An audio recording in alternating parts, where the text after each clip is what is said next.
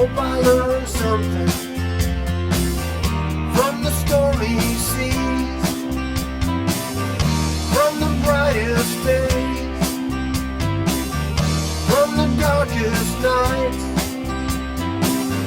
from the sunny days.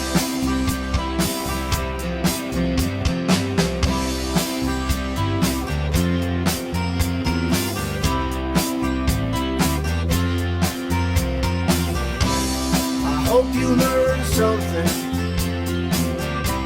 I hope you learn something. I hope you learn something from the stormy seas, from the brightest days, from the darkest nights, from the sunny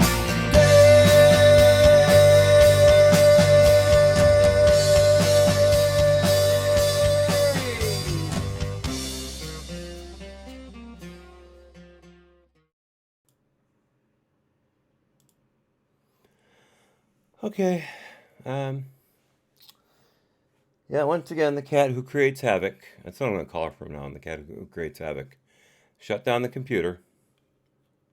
Not completely, just enough to screw up OBS and the live stream. In fact, I don't even know if I still have the recording of that last section. I have to check real fast, because if I haven't, I'll have to download it from YouTube when we're done. Let's see here. Where's Loretta Lynch? Did I leave that in there? Where did it go? I don't even see the All right, let me check one more thing. I'm sorry, this is important. I got to know this now. So let me check one more thing here.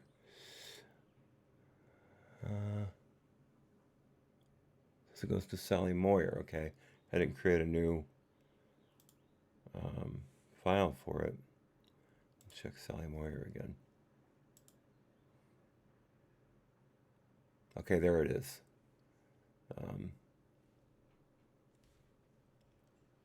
Let's see, 9:58. So there's that. 11:59, 6:19. Yeah, there's 3 of them. This is the current one. Okay. Okay, we're good. I know where to find them. All right, so where were we? I was losing my mind over Lynch's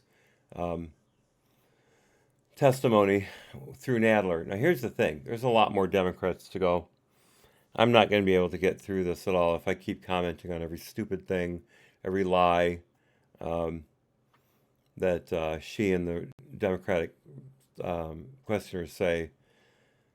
So I'm really going to have to dial back on the commentary. I will try my best to get through this. It's 3 o'clock now. I'm going to read till 5, and we're only at page 62, which means I've gotten through 21 pages, basically an hour. I normally get about 35. I gotta shut up. So if you'll forgive me, I'm going to let you do your own commentary in your head until at least I get through the Democrat side. And I'll start up with the commentary again with the Republicans. Let's see what we can do. And I will not do any more dramatic readings either. I'm just going to read it straight. So here we go. So Nadler, the second half of his question was core democratic values. Our core democratic values are something that I think, we go through periods in this country where we don't live up to our ideals. And I know many people in this room have fought against that and have done great work in the civil rights movement. For example, opening up equality to all Americans. So we know that there are going to be times when we are not at our best. But we know that we can get back to our best. That we have to remember that every day we have a chance to do better. We can make the choices. And if our leaders make certain choices that we disagree with, we have options there. We are a government of wonderful citizens, of great people who do wonderful work every day across this country, building communities, solving problems, reaching out to people. And the more we uplift those efforts, the better off we will all be. You don't think these answers were prepared in advance, do you? I have to say that. Nadler, thank you, Representative Jackson Lee. And this is, of course, going to be Sheila from now on. Sheila, Mr. Chairman, thank you so very much. And General Lynch, thank you so very much for your service. I want to open with a historical note and a historical fact. And that is, as you have brought your long years of service as a prosecutor, your knowledge of law enforcement to both your work in the public and private sector, you have brought another historical fact. You are the first African American ever in the history of the United States, African American and African American woman, to serve as the Attorney General of the United States out of 83, and you are only the second woman to serve in that capacity. I'm holding my tongue. With that in mind, as a former judge myself, and one who has... Jackson Lee was a judge? With that in mind, as a former judge myself, and one who has worked in the prosecutorial posture on the Select Committee on Assassinations, which reopened the investigation into Dr. King and President Kennedy, I know the work of prosecutors and law enforcement. It is important for mutual respect. It is important for integrity. In that historical role that you have played, though, that is not the definition of your leadership, would you comment on the importance of integrity and maintaining that integrity, not only because of your career, but because you are in the midst of an historical step for American people and the Department of Justice? Okay, what was that question again? Would you comment on the importance of integrity? Well, thank you, Congresswoman, for that question. I think integrity is a cornerstone of not just faith in law enforcement, but something that I have tried to achieve in my own career. I find that it is best achieved through the standards that we all set for ourselves of working hard at making achievements, but also holding oneself accountable. When I make a mistake, I try and admit it. I try and discuss it and learn from it and hope that others will as well, so that people who work for me and with me know that they are free to do the same, but also that the American people know that we are all in this together. We are all trying as hard as we can to get this right. And so for me, integrity means not just accountability, but going that extra mile also. One of the great things about being the Attorney General was being able to travel this great country and talk to people. Just talk to people who are having difficult times. You know, they felt they couldn't call the police when they had a problem. They felt that their civil rights had been violated. There was violence in their community. They literally didn't have anyone to turn to and be able to say, you, in fact, do have someone to turn to. Oh, okay, I got it. They didn't have anyone to turn to, and being able to say, you, in fact, do have someone to turn to, and using my own personal background and experience as a prosecutor, but also my experience as an American, as a woman, as a person of color, to relate to those issues and those incidents and try to expand the debate and dialogue for everyone. You carry your integrity with you wherever you go. People have to take you at your word. They have to know that they can trust your word, and I have certainly tried to comport myself in a way where people know that I mean what I say, and I say what I mean. Sheila. So as general, what is this general stuff? Would you say you worked very hard to ensure the Department of Justice upheld the standards of integrity, but more importantly, to hold the department together, to affirm the FBI's field agents that are out in danger, DEA and U.S. Marshals, and others that are in that law enforcement component that have to be respected but also guided? Did you work to do that? Yes, I did. It was very important to me to have a strong connection with the law enforcement agencies of the department because I've worked with them throughout my career as a prosecutor. I have had a strong partnership with state, local, and federal law enforcement in the cases that I have done myself. I have friends in law enforcement to this day. I have learned so much from them. Yes, thank you, Picasso knows so much intersectional feminism, as Ben would say. Very nice. I'm sorry, feminism-ing. Thank you. Got that wrong. I have friends in law enforcement to this day. I have learned so much from them. In particular, dealing with law enforcement during that time that I was Attorney General, and I would imagine this has continued, law enforcement would come to me and often say they felt that they themselves were underappreciated and possibly under attack.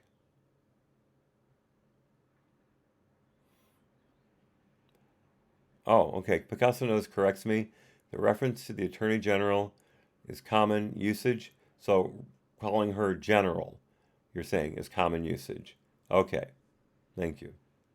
I'd never heard that before. Okay, let's keep going.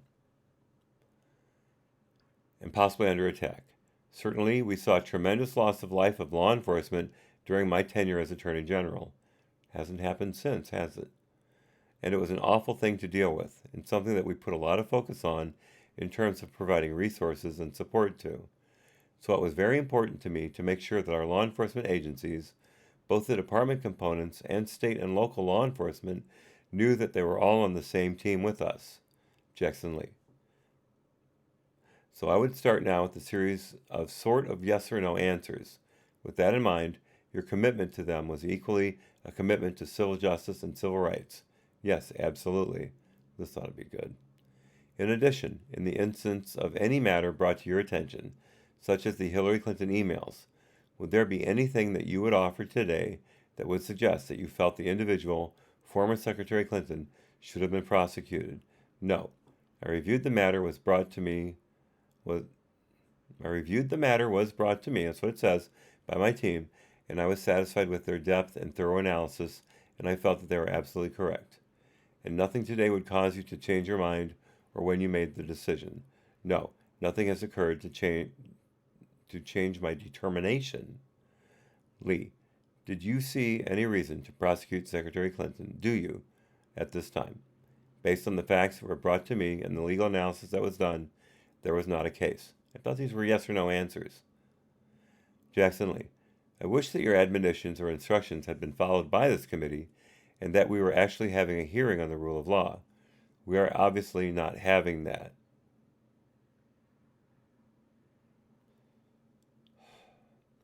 Let me add a point to the record that has just noted the results of a poll from NBC News, which indicated 62% of those responding indicated that Trump is not telling the truth about the Russia investigation. I will connect that only to the idea that the rule of law is extremely important no matter what level of government you happen to be in. In other words, no one is above the law. Remember, that's the current refrain. No one is above the law, not even the President of the United States.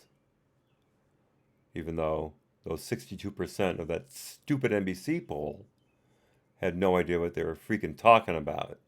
I'm sorry, I promised I wouldn't do that. I'm sorry. So let me follow up with these questions that are basically yes or no. Here we go again. I want to talk about the spring, summer, and autumn of 2016. Carter Page, at the time, was suspected of being a Russian asset. George Papadopoulos had told the Australian ambassador that the Russians had Hillary emails. That's a lie. Paul Manafort had been named Trump campaign manager. Oh my God, what a crime. Michael Flynn was Trump's chief national security advisor and foreign policy advisor, and just yesterday had a continuance in his sentencing. Guess what, sweetie? He still does.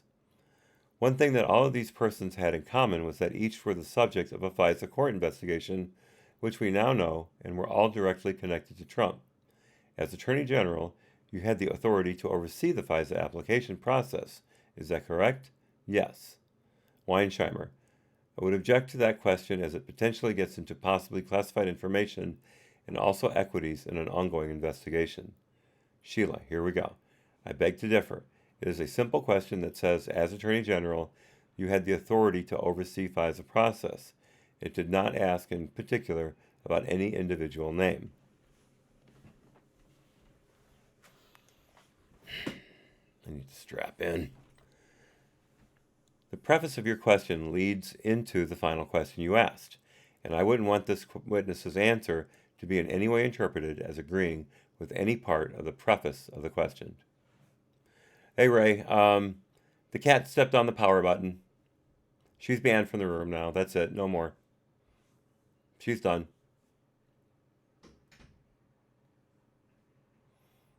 I've got 2 cats in here right now keeping me company. They're quiet. They're well behaved. They get to stay. That one, no more.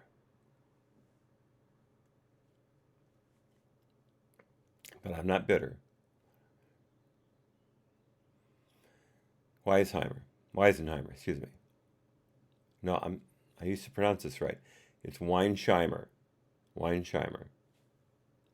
The preface of your question leads into the final question you asked, and I wouldn't want this witness's answer to be in any way interpreted as agreeing with any part of the preface of the question. Nadler.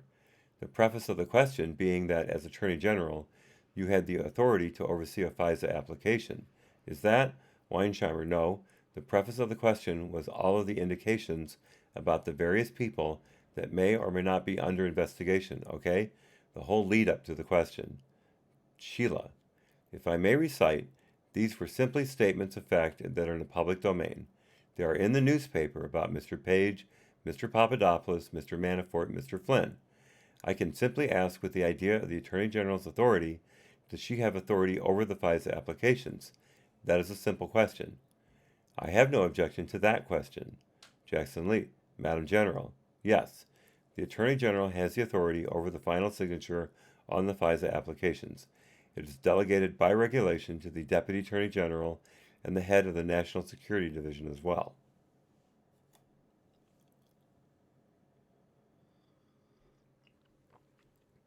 Jackson Lee.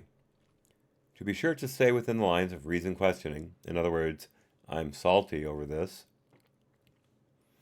is it fair to say that as it relates to any campaign, presidential campaign in this instance, that if any of the information that has been made public, it would have hampered any campaign, in this instance, one campaign over another? So she just crossed the line again. Weinsheimer, can I ask you to just rephrase that question? You indicated any of that information. That seems to refer back to the prior objection that I had. Jackson Lee. And again, the Democrats are much more likely to push back against counsel than the Republicans. You saw earlier today that's not always the case, but this is more par for the course. A lot of childish back and forth. Jackson Lee. It refers back to the FISA applications that are in the public domain. The names are in the public domain, not the information of the FISA, but the names are in the public domain. And so the question is, if any of those names had been released, would that have hampered any campaign? Weinsheimer. There has been a public release of one FISA application that relates to Carter Page. Yeah, she really screwed up there. I wasn't going to say earlier, I'm trying to hold it back, but Papadopoulos and Flynn and Manafort, none of those FISA applications were exposed. We don't even know if they did happen, although with Papadopoulos, I'm 100% sure. But those other two, she screwed up.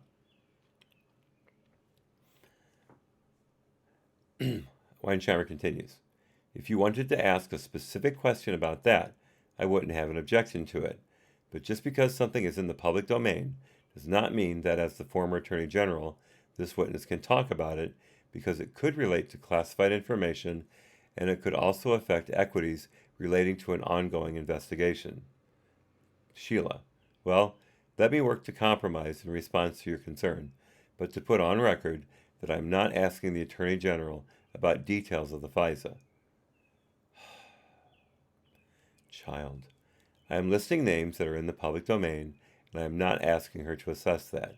I'm asking her if names were released in an ongoing investigation in the Department of Justice, would that have impacted a campaign? Weinsheimer. And is that not just a general question, hypothetically, about any names, not specific names? Sheila. I will cede to the general question of any names. Lynch. Yes. Thank you, Congresswoman. Certainly, the release of the names of anyone under investigation or particular surveillance can do great harm in a number of ways to that person's reputation, to people's trust in the department's ability to maintain confidences, and if anyone were, in fact, affiliated with the campaign for office, certainly there could be aspersions cast on the campaign because of their affiliation as well. Jackson Lee. And as it relates to Carter Page, which counsel has ceded was known, if, for example, Mr. Carter Page named during that time frame that I indicated, which was in the spring, summer, and autumn of 2016, would that have, in your view, had an impact, in particular, on the Trump campaign? Well, I can certainly say it would have been against department policy. I can't assess the impact on someone else's campaign, but certainly in my view, one of the harms of releasing that information would have been reputational, as I indicated, integrity of the investigation, and the potential aspersions cast upon a campaign that Mr. Page may have been affiliated with. Lee. But the information was not leaked. Is that correct? That is correct. Until just now.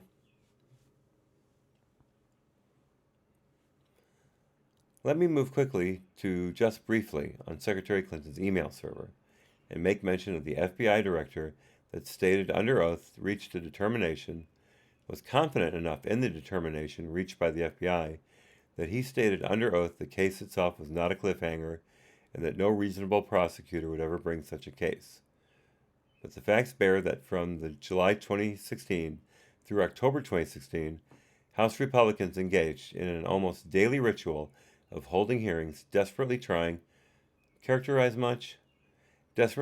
tear down the mid-year investigation and the Bureau's and the Justice Department's recommendation not to prosecute Hillary Clinton. And I said to you earlier that part of your work was to maintain the integrity of the agency. They did not stop attacking Director Comey until October 28, 2016, the day he sent the letter to congressional leaders announcing that an unrelated investigation the FBI learned of the existence of emails that appeared to be pertinent to the investigation of Secretary Clinton. I'm sorry, I have to. The Democrats were screaming for Comey to be rung up on a Hatch Act violation. They wanted him to go to jail. It was ridiculous. Absolutely ridiculous.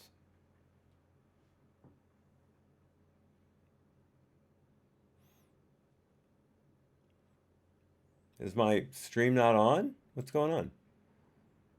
It says I'm live. Wave in front of the camera, wait for the delay. 2, 3, 1, 4, 5, 6. There I am. Yep, no, we're live. We're live. Yeah, that's what I thought. Okay. Okay, we're good. We're good. I just didn't quite understand your question, Ray. You kind of threw me off there.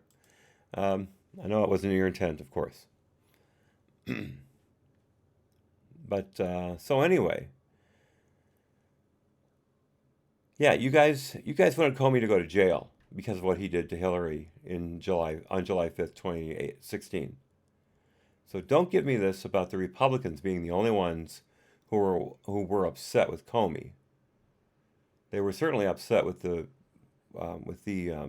pure snow job that Comey did on the mid-year exam investigation. Any rightful person would be. Any person with half a bone of morality in their body would be. Let's see.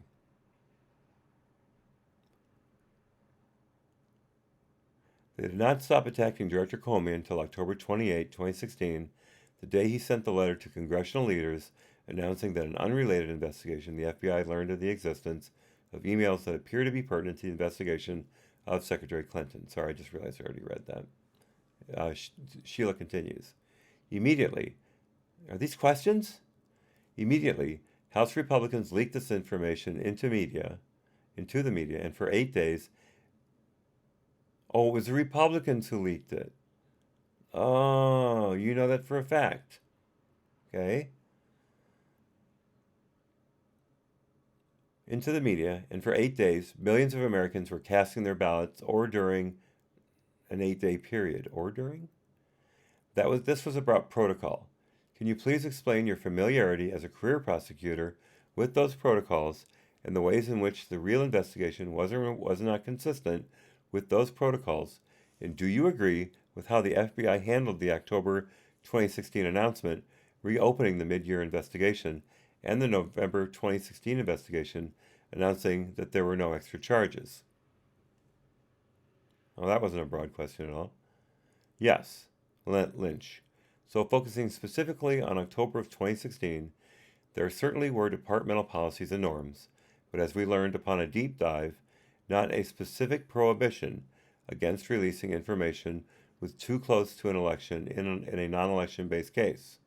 But certainly, the department norm had been that one did not take action close to an election out of concern that one might impact the election, and that could range from interviewing people, it could range from subpoenas, it could range from bringing charges. Excuse me.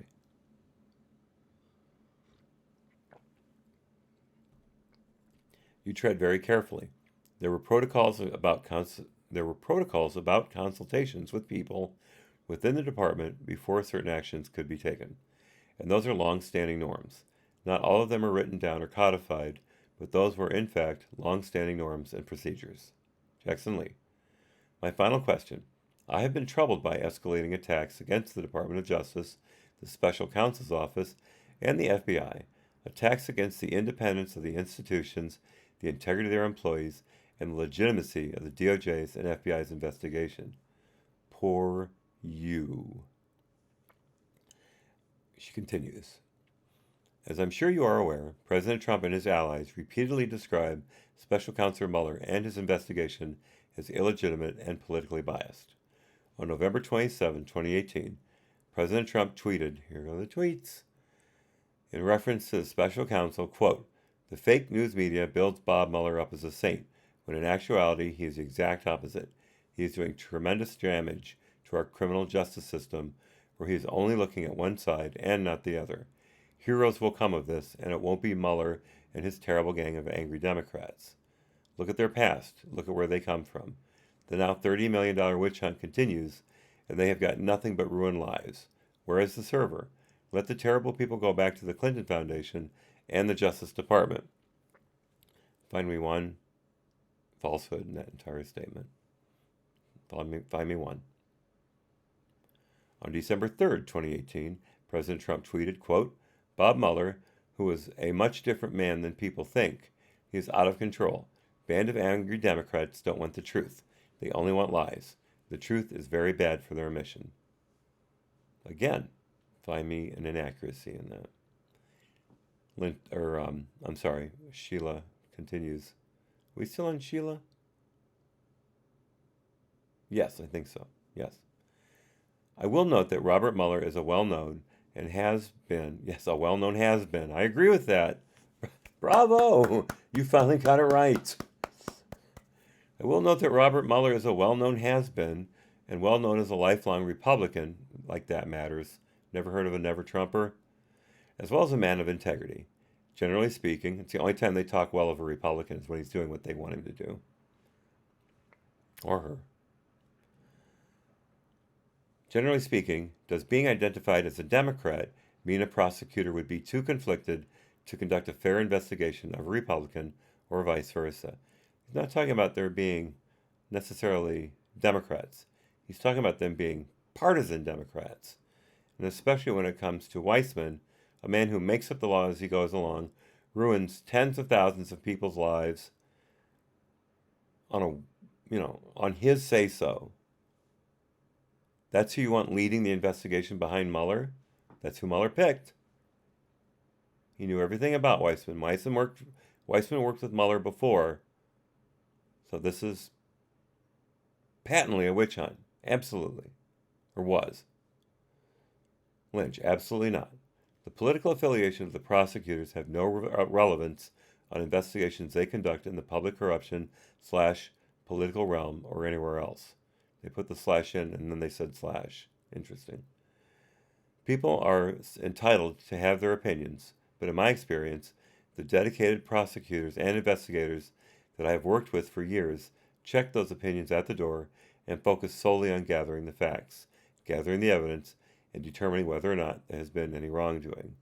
That has been the same process for everyone, whether there is a D or an R in front of the name of the prosecutor, the subject, the witness, or the target of the investigation, because the reality is, I think, people spend a lot of time and invest a lot of emotion in thinking about big cases or cases that get a lot of attention. But when you are a professional prosecutor, You know there is always another case. There is no one case that is worth leaving your integrity behind for. There is no one case or issue that is worth compromising long-standing values and norms to make. Jackson Lee. These are yes or no questions. Are you aware of any, quote, conflicted people on the special counsel's team? No, I am not. Sure, Sheila. Do you agree with the characterization that the special counsel's investigation is a witch hunt? No, I do not. Director Comey described the team as an all-star team of people whose names I have known for years. Do you agree with the characterization these are stellar people? Lynch. I don't know them all, but the ones that I am aware of are definitely stellar prosecutors and people of great integrity. Jackson Lee. Your general impression of the individuals on the special counsel's team, professional or not professional? Certainly very professional in terms of the ones that I know and the work that I have seen. Do you agree with the characterization that the special counsel's team is out of control and are not seeking the truth? That is not based on anything that I have seen. Not looking much, are you, Lynch? Lee, how confident are you that members of the special counsel team are conducting their investigations based solely on the facts and the law, not their political affiliation? Lynch, based on my knowledge of how Robert Mueller conducts business, both as former FBI director and as a member of the Department of Justice, a former U.S. attorney, a former leader of the Department of Justice, someone who holds its values dear to his heart, I am convinced that he is leading them in a very strong and positive manner. No, Weissman is leading them. Robert Mueller is just sitting in the chair taking a nap, and later on he is going to completely disgrace himself and every member of that investigation. Testimony is making me sick too, Ray, definitely.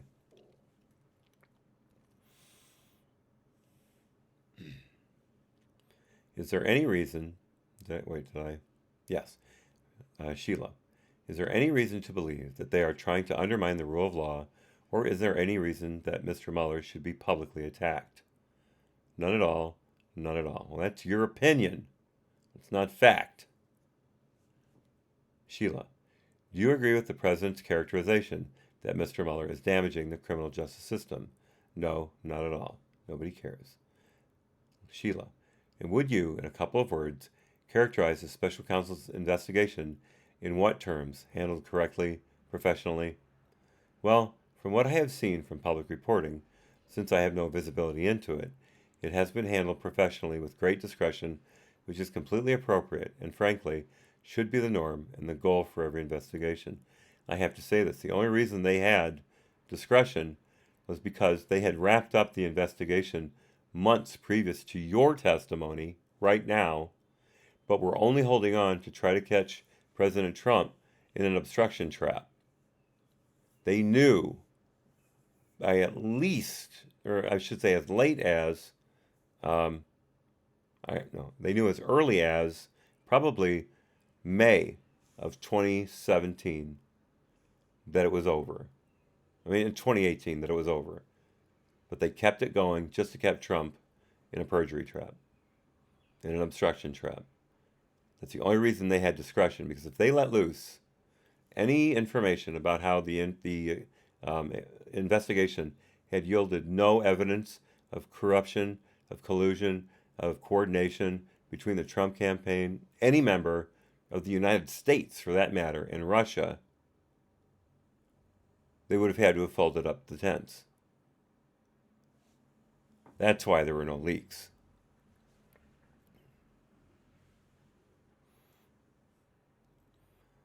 Jackson Lee, my last question. How would you characterize his credibility, his integrity, and his work product? Are you referring to Mr. Mueller? Mr. Mueller. Well, based upon my knowledge of Mr. Mueller and my observations of him over the years, he is of the highest integrity. His work product has always been exemplary, and that I have had occasion to see, and I have great confidence in him. So the fact that the FBI under him filed dozens and dozens of false FISA applications that were riddled with lies, that he had to be called on the carpet in front of the FISA court and told to fix it in no uncertain terms, and that created the Woods file, which no one looks at. Yeah, total integrity, total credibility. Sheila, thank you so much for your testimony.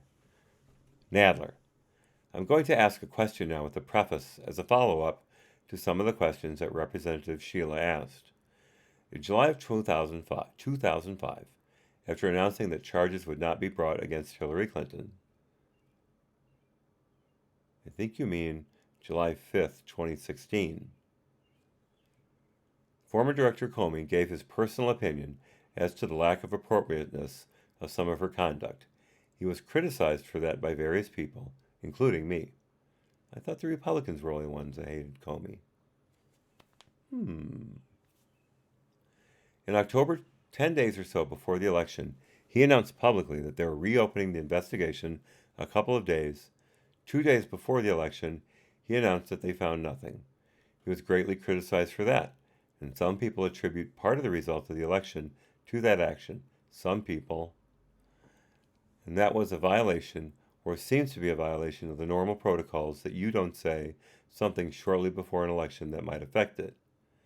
In September of 2016, in this room, the former director appeared before the Judiciary Committee, and I asked him, I said, based on various press reports that there might be of an investigation of the Trump campaign and possible relations with Russian efforts to involve themselves in the campaign, is there an investigation ongoing of the Trump campaign? And he said it would be inappropriate to comment one way or the other. He didn't answer the question except by saying that, and I couldn't criticize that response, as much as you wanted to, I'm sure.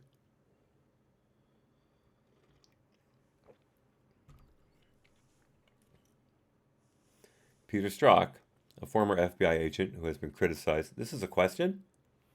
Peter Strzok, a former FBI agent who has been criticized by some of the majority members, no, you're right the first time, of this committee for various actions that he took, mainly emails to another FBI agent, actually mainly texts, you idiot. People have said that he acted with bias in the investigation, both the Hillary investigation and the beginning of the Russia investigation, and he responded, by, among other things, by saying that if he had wanted to negatively affect the Trump campaign, he was one of the few people in the summer of 2016 who knew that there was an FBI investigation going on of the Trump campaign, and he could easily have leaked that information, and that would have had a deleterious effect on the Trump campaign, but it wouldn't enter his mind to do so. Then it would have been wrong. They're so salty over this. My question is, in light of all of this, do you agree that, the FBI aside, did not show any bias against it? My question is, in light of all this, do you agree the FBI aside did not show any bias against the Trump campaign? Whatever. And in fact, was Mr. Strzok's comment that had information be leaked by him or anybody else about the ongoing FBI investigation, would that have negatively affected the campaign then going on? Lynch. So with respect to that, I can tell you that I never saw any indicia of bias impacting the work of the FBI as it related to what has been called the Russia investigation, as it may have touched on people affiliated with the campaign.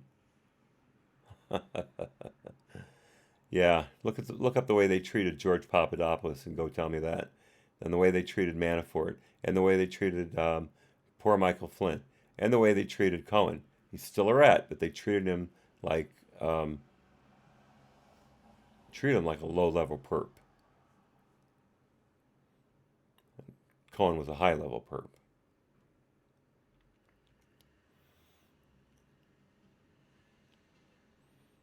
I also never, Lynch continues, I also never saw any bias in their work as it touched upon the email investigation either.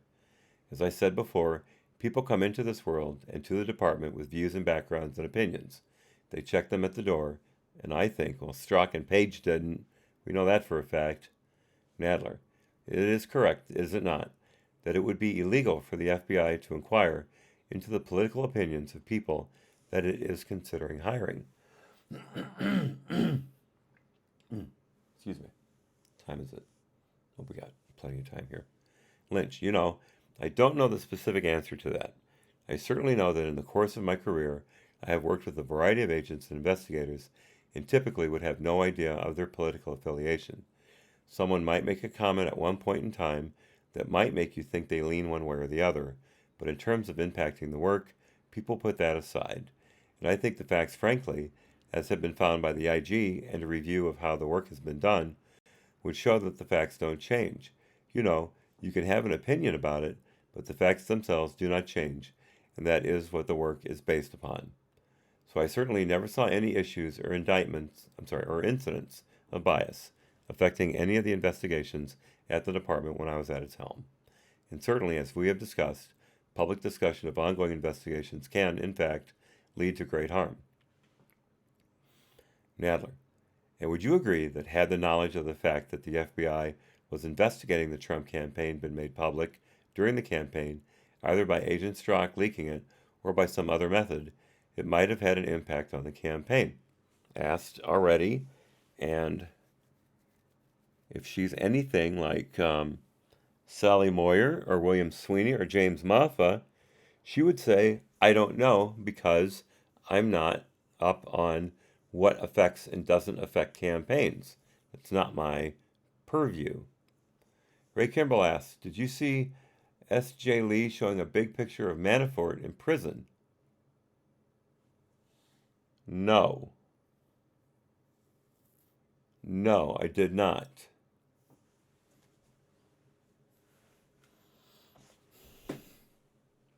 And they talk about decorum and not, not denigrating people. I didn't know that, Ray. That upsets me greatly. That's pathetic, or woeful, or I need a better word. Oh no, did I close it? No, there it is. There it is. Whew, came back. Deplorable. Yeah, I'll use that word. That's deplorable. Screw her. Lynch, about the impact on the campaign. I'm only being careful because I don't want to characterize the work that was being done in the summer of 2016 as an investigation of the campaign. I just don't want to describe it in that way since it relates to ongoing matters. Nadler, however it is described. Just trying to have your cake and eat it too, aren't you, Jerry? Lynch, but in terms of the work that was being done and what has led to what is being called the Russia investigation and all of its permutations, had that become public, had there been leaks about that, I would have been incredibly unhappy. I am sure that the Deputy Attorney General would have been incredibly unhappy as the Director of the FBI.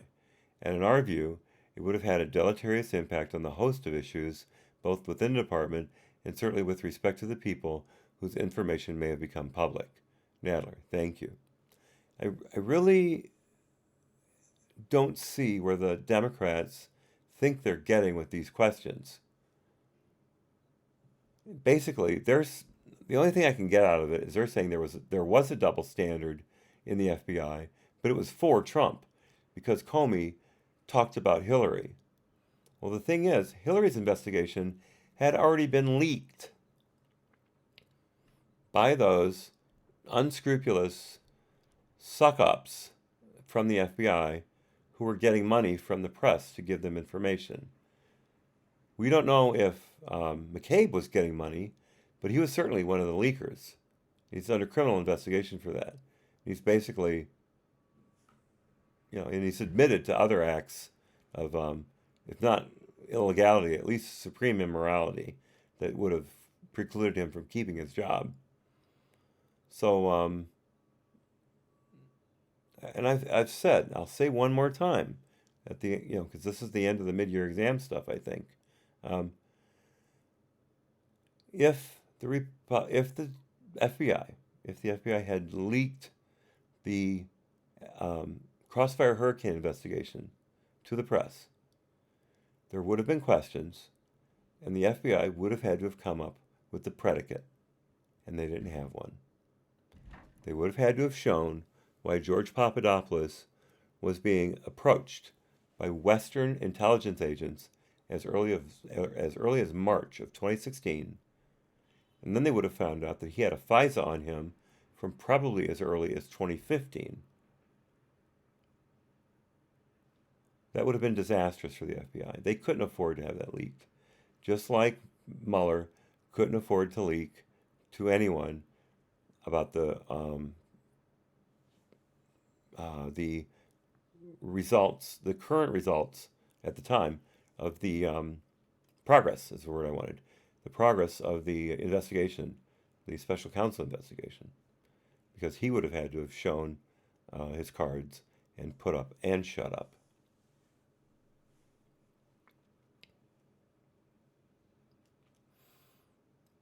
Okay, now we're to Krishnamurthy. Easy name to say because you've got Krishna right there, which is, everybody knows Krishna, and then Murthy. Too simple. Mr. Krishnamurthy, thank you, Congressman. Attorney General Lynch, thank you so much for coming in, and thank you for your service to your country. I wanted to give you a chance to clear up the record regarding maybe the most celebrated airport layover in history of our country, your meeting with Bill Clinton on the tarmac in Phoenix. First question is, you described Bill Clinton, arriving at the airplane, at the entrance to the airplane. How many people were present for your conversation with Bill Clinton that day? Oh, so there were 1, 2, 3, 4. I would say if you include myself and the former president, there were 7 people on the plane and 1 person in the doorway. Okay, so about a total of 8 people that were present for this conversation, this 9 to 10 minute conversation between you and Bill Clinton. Here we go. I wouldn't call them all present for the entire interaction. 2 members of the flight crew spoke to the former President Clinton, somewhat separately from myself and my husband, for about 5-6 minutes. They were like one compartment back from us. He stepped back to speak with them. When he came out to speak with my husband and myself for about 8 or 9 minutes of the total time, I could see them in the plane, but they weren't sitting next to us. The pilot and the co-pilot remained in the cockpit. I could see them in the plane, but they weren't sitting next to us. And the head of my security detail was in the doorway. Again, I couldn't see him, but he wasn't sitting next to us. Bada bing. Okay, so how many people were actually kind of witness to the conversation? Kind of witness? Lynch, I wouldn't be able to say what everybody saw. I certainly would think that several of the people that I have mentioned saw aspects of the former president arriving on the plane and talking with different people in the plane. Got it. You didn't walk back to the plane, just you. You didn't walk to the back of the plane, just you and Bill Clinton, to have a private conversation, did you? No. Our conversation wasn't private at all. And you didn't ask anybody to walk away from the conversation so that the 2 of you could have a private conversation? No. She wouldn't have to. People would not crowd around the Attorney General and the former President of the United States to listen in on their conversation if they ever wanted to work in any industry again in their lives. That would be considered the height of bad protocol. Krishnamurthy, and you didn't talk to Bill Clinton at that time about Hillary Clinton's email investigation? No. There's a surprise. And you didn't talk about any investigation at that time, did you? No, nothing. And Bill Clinton, at that point in time, in the 9 or 10 minutes that you talked to him, did not instruct you to interfere or stop the Hillary Clinton investigation, correct? No, he spoke nothing about that at all. He wouldn't have had to have told you that because there were so many leaks coming out of the Clinton investigation. He would have known immediately that they weren't finding intent and that Comey had already written up a letter exonerating her. So, no sweat. I think he was just there to lean on her, to remind her of where he can be, and maybe give her an atta girl about maybe getting the Attorney General job when Hillary became president. Ray Kimbrell, the optics alone, recuse. Yeah, we went over that a lot earlier, Ray. A lot. And it was just pathetic, woeful.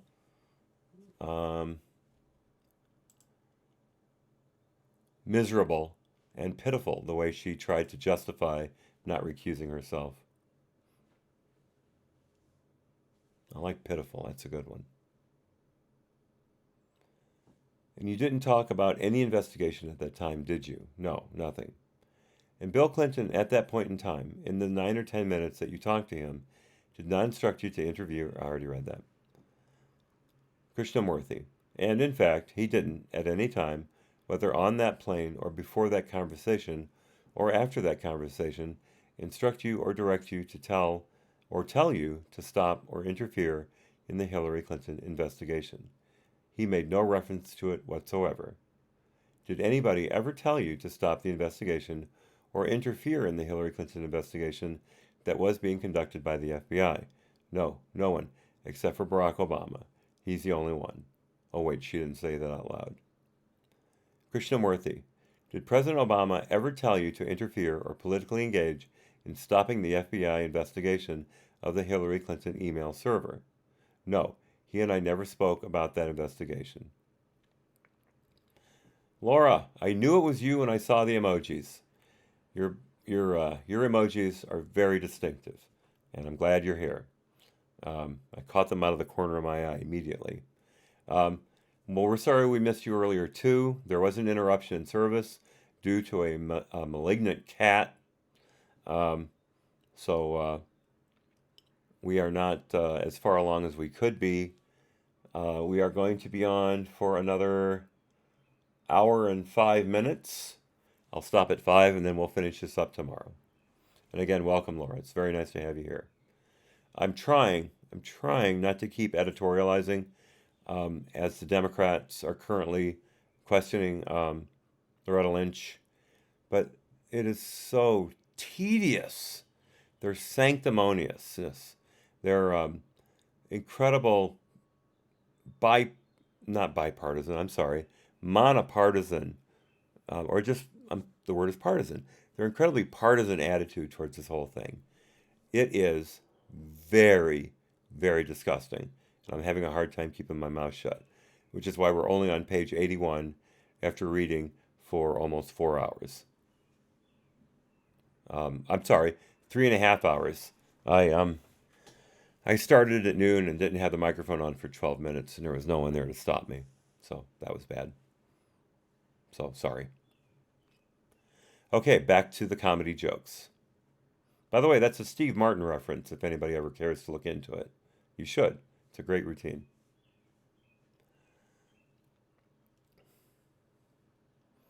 Okay, Obama, no, he and I never spoke. Krishnamurthy, okay, let me switch to another topic. Jim Comey, in Comey Part 1, we had a couple interviews with him in this very room. In one part of his interviews, he testified that an investigation was opened into the New York field office of the FBI as to whether there were leaks coming from there with regard to the Hillary Clinton investigation. Were you aware of the opening of this investigation and of leaks? I was not aware, Lynch. I was not aware that a specific investigation into leaks was opened. I was certainly aware of the director's concern about leaks coming from the New York office, or potentially coming from the New York office, I should say, and I myself had concerns. Tell me about your concerns. Well, my concerns related to the fact that leaks are harmful to any investigation. They are also harmful to the integrity of the institution and the trust that people have to have that we keep their information confidential as we go through an investigation. I had seen press reports that purported to convey information that was coming from the New York field office. I had no way of knowing if, in fact, that information was accurate or if that was accurately sourced, but having someone put that into public domain was concerning to me.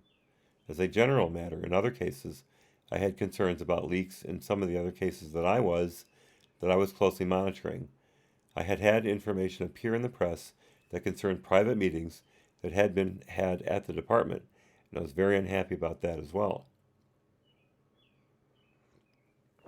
Okay, so, Democrats. The FBI is great. The DOJ is great. President Trump is calling them names, and they have no reason to be called names. They are terrific in every aspect. Attorney General Lynch, there were leaks. There were so many leaks that I was closely monitoring it, that I was very unhappy about it. That information about private meetings at the department had been leaked to the press. But the DOJ and the FBI were rock solid, top notch. Gotcha. Krishnamurthy, sure. And with regard to those public press reports, were those the ones that concerned Rudy Giuliani's statements to the press? Here we go with this again.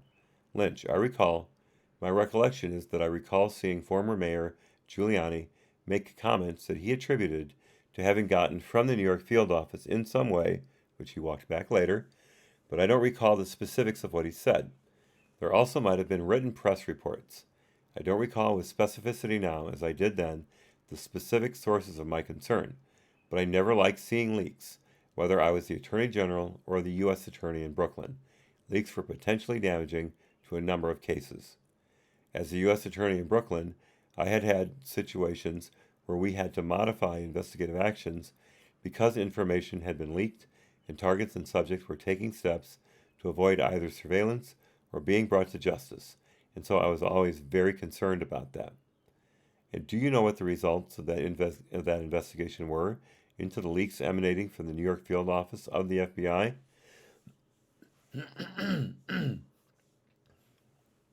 Excuse me. Take a drink real quick. Quickly, if you will. Okay, leaks emanating from the New York field office. Lynch. Again, it wouldn't have been briefed up to me directly that we opened a specific investigation into this. I certainly conveyed my concerns and spoke to the director about wanting it handled, so I was not aware that a specific investigation had been opened in late 2016. And so I don't know the results of any of that as I sit here today. I don't have a recollection if I was ever briefed on any results of that. Okay, last topic. The opening of the Russia According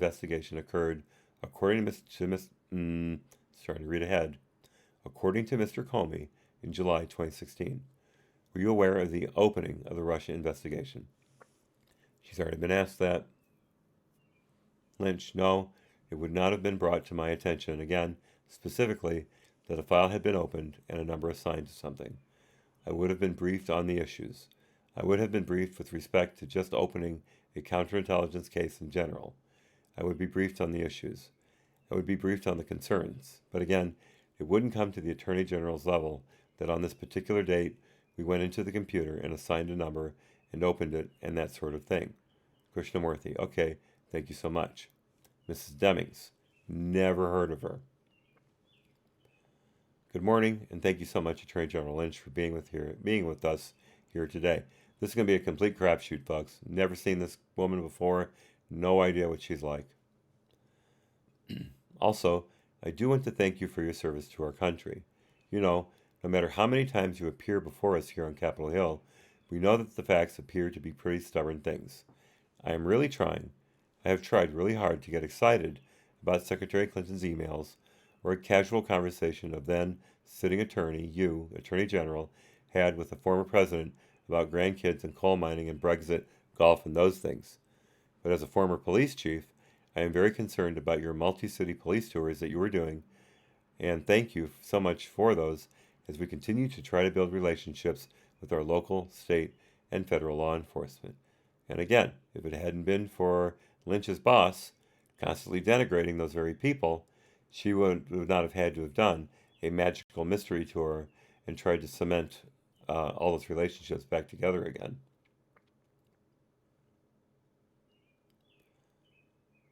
Okay, I guess I can see right now that Demings is a pure suck-up. I particularly also appreciate you representing, since I represent Orlando, visiting us during that place where that thing happened, where almost 50 people no longer breathed air. Again, I have to say it that way or YouTube will shut me down. I really wish our time is so precious and so valuable that my colleagues on the other side will consider maybe doing a field hearing to Orlando or Newton or Las Vegas to look at violence in America, as well as community relations. I think it's really the same. But today, since we are here, I am certainly very, very concerned about the relentless attacks on our institutions of justice. What we do know is that presidents come and go, but our institutions have to stand. They cannot fail us. News for you, sweetheart. They did. They are what this country has been built upon, as you well know, Attorney General. And I would just like to hear from you, what do you feel the Attorney General's role is in protecting the good order, protecting the reputation, ensuring the efficient and effective operation, protecting the credibility of the Department of Justice, your role as the Attorney General, and also what role the President of the United States and Congress play in that process? Thank you. Are you kidding me? Role is in 1, good order, 2, protecting their reputation, 3, ensuring the efficient and effective operation, 4, protecting the credibility of the DOJ. And what role does the President of the United States and Congress play in that process? Wow. A 5-part question. And Lynch is ready for it. She's been given all of these ahead of time.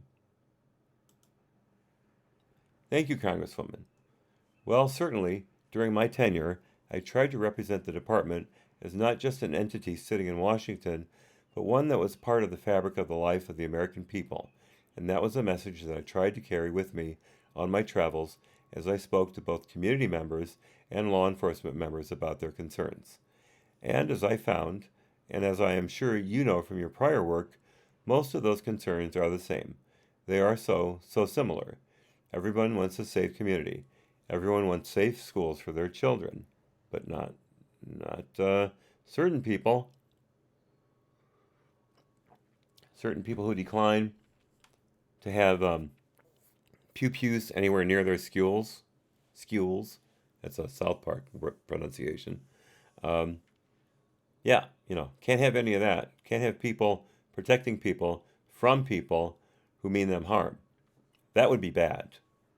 Let's make them pew-pew free zones everywhere, and therefore no one can get hurt. Brilliant.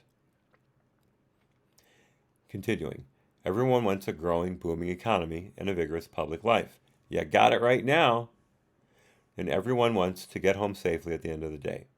But mostly, people who aren't fortunate enough to have that construct want someone they can call on in times of trouble.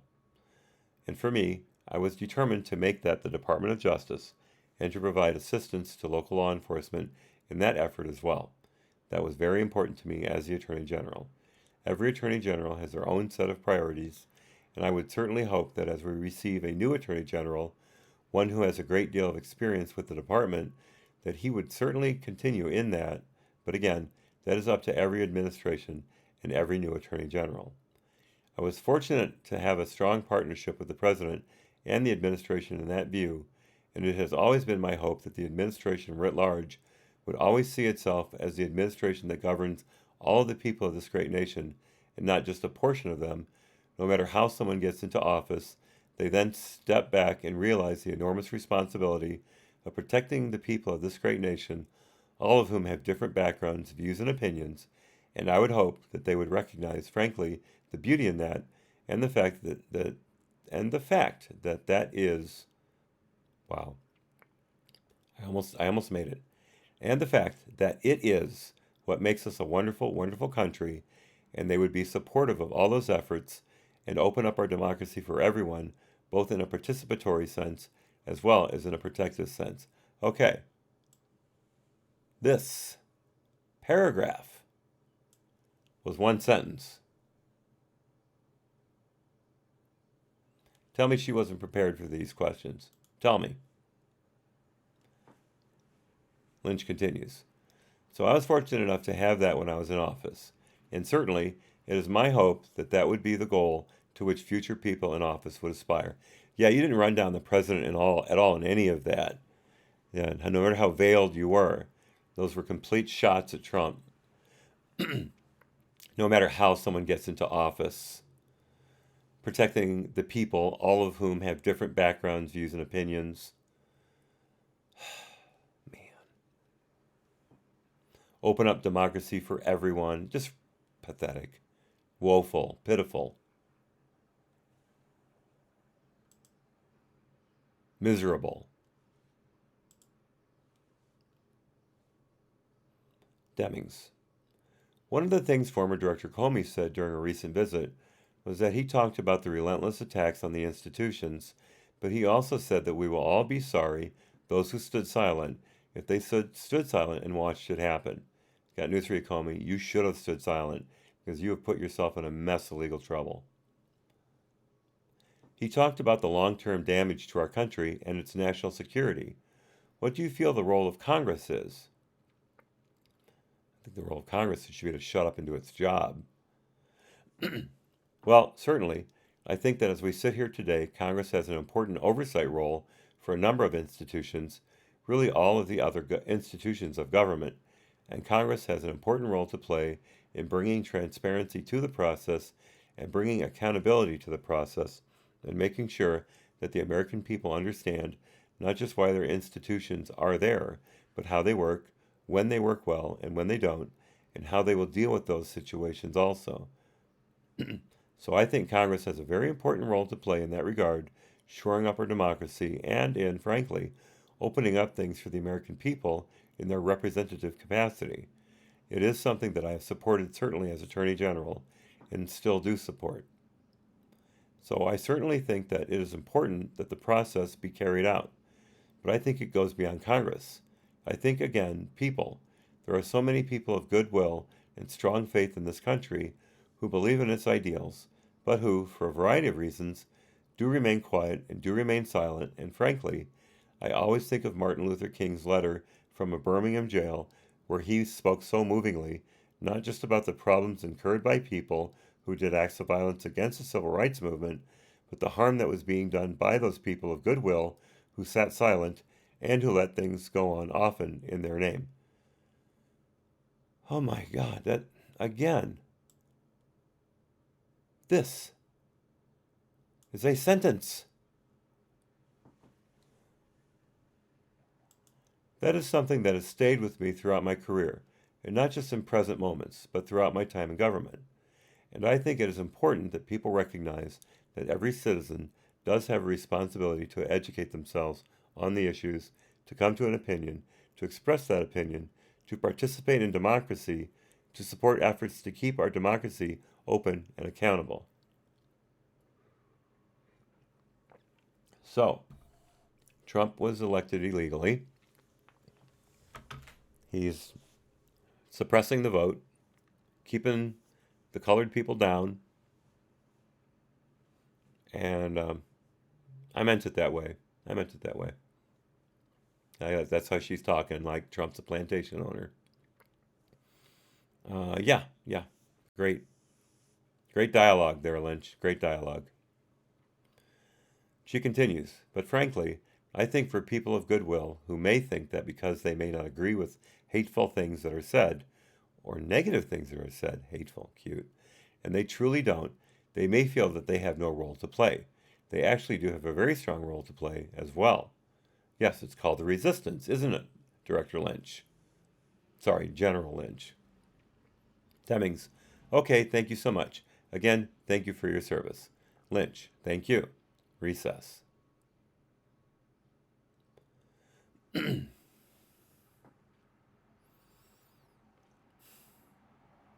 Okay. Back to the Dems. It's now 1:42 p.m. in the room. Let's see, what do we got here? 12, so 48 minutes. Let me look at my clock on the OBS. It says 1 minute and 10 seconds. So another, let's see, that would be 1:58 on the clock. So we'll basically go another hour, and unless I see a perfect break.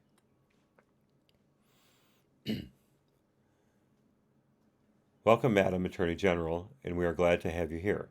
I'm Jerry Connolly. I'm a congressman from the 11th District of Virginia, Northern Virginia, and I serve as the vice-ranking member of the Oversight and Government Reform Committee. Who cares? Just trying to get your name on TV, aren't you? Could I begin by following up on Mr. Nadler's line of questioning? How long were you Attorney General? Approximately 2 years. Connolly, 2 years. Lynch, a little under 2 years, yes. Connolly, 2 years. Hard-hitting questions there, Connolly. Thank you for bringing that up. Connolly continues. During that time, did the President of the United States, President Obama, ever direct you to investigate someone or something? No, never. Liar. Liar, liar, liar. Connolly, never. Lynch, never. Would that be considered unusual at the Department of Justice if a president did that? It would be considered an unusual event of almost meteoric proportions. Perhaps even inappropriate? Certainly, in my view, it would be inappropriate. This from the woman who wouldn't recuse herself. She knows inappropriate now.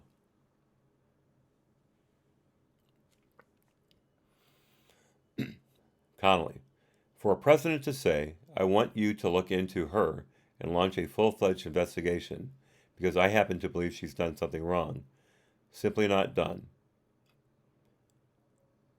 It's not happen to believe, it's no. The evidence was laid out in front of everyone by Comey himself. You partisan hack. Lynch, it is not done. If a president has concerns about misdoing or wrongdoing on anyone's part, they can convey that through the appropriate channels, but not with a view towards doing it for purely political purpose. That never happened in my time in the department, actually, a lying sack. Connolly, and conversely, during that time, did the President of the United States, President Obama, ever direct you to cease or interrupt or pause or conclude an investigation that was ongoing? No, never. No, he just asked you to continue them and to brief him continuously. Remember that email? POTUS wants to know everything and wants to be involved. I believe that was, if I'm wrong about that, please correct me in the chat. I'm fairly certain I got that at least close. I'm sure about the part about POTUS wants to be involved and wants us to keep him up to date. I think that's what it was. Let me know if I'm wrong. Remember to put my tag in there so I'll see it, so I didn't interrupt you guys at any other time.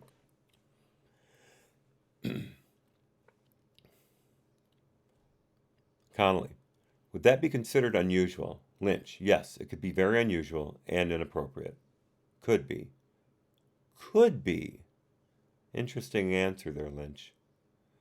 Connolly, and inappropriate, yes.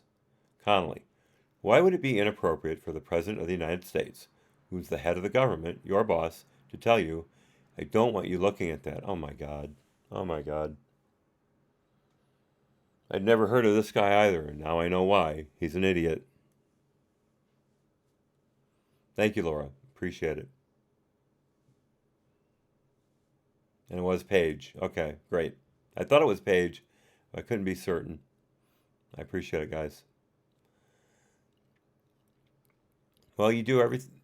I don't want you looking at that. Lynch. Well, you do everything you can to avoid the appearance of a political thumb on the scale of an investigation, either pursuing it or enclosing it, and that's at every level. So to avoid the appearance, not to prevent it from happening, but to avoid the appearance. Very nice, Liz Lynch. Very nice answer for the Republicans to pounce upon. And remember, Republicans pounce. That's what we do.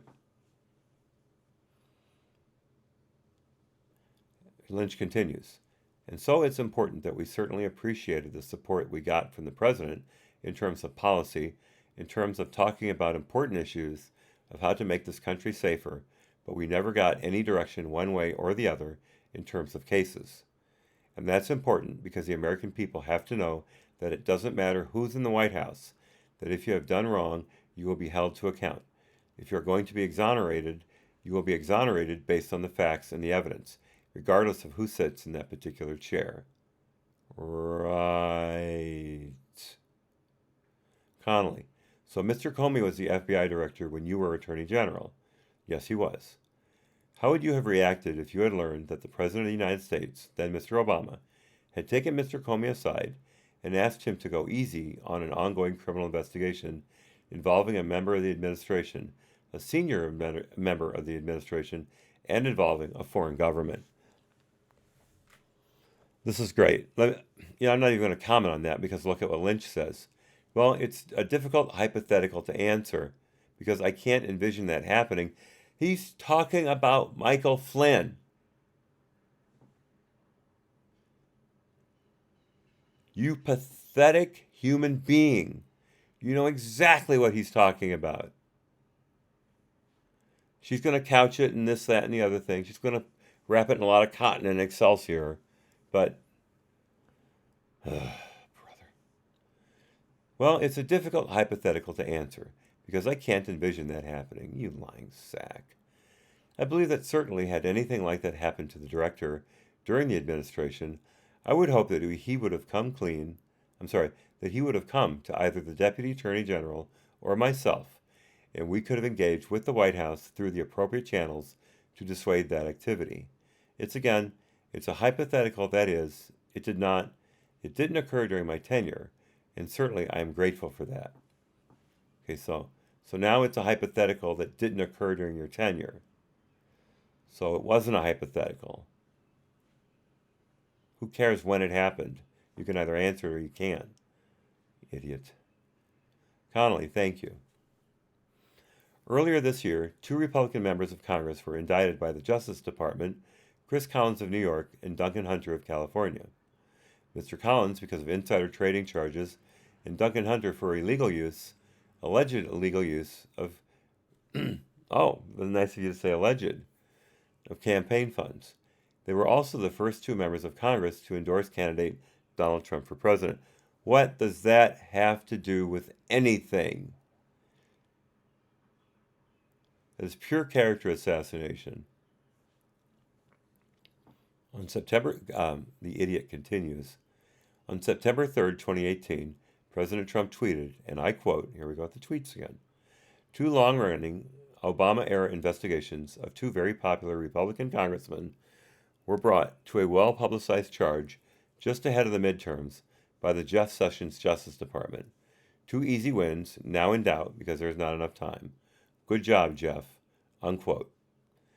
He continues. Do you believe the Justice Department indicted Representatives Collins and Hunter for political purposes or because they're Republicans? Lynch.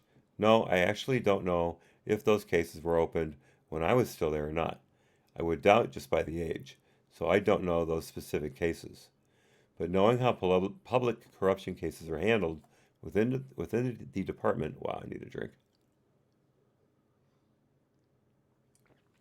How am I doing here? Yeah, I think I got enough. But knowing how public corruption cases are handled within the department, certainly knowing that a grand jury handed down an indictment and that they are proceeding through the normal court process, I have no reason to doubt the integrity of those investigations and charges. I don't have specific information on those cases, however. It's actually a very politic answer. Thank you, Ms. Lynch. Connolly.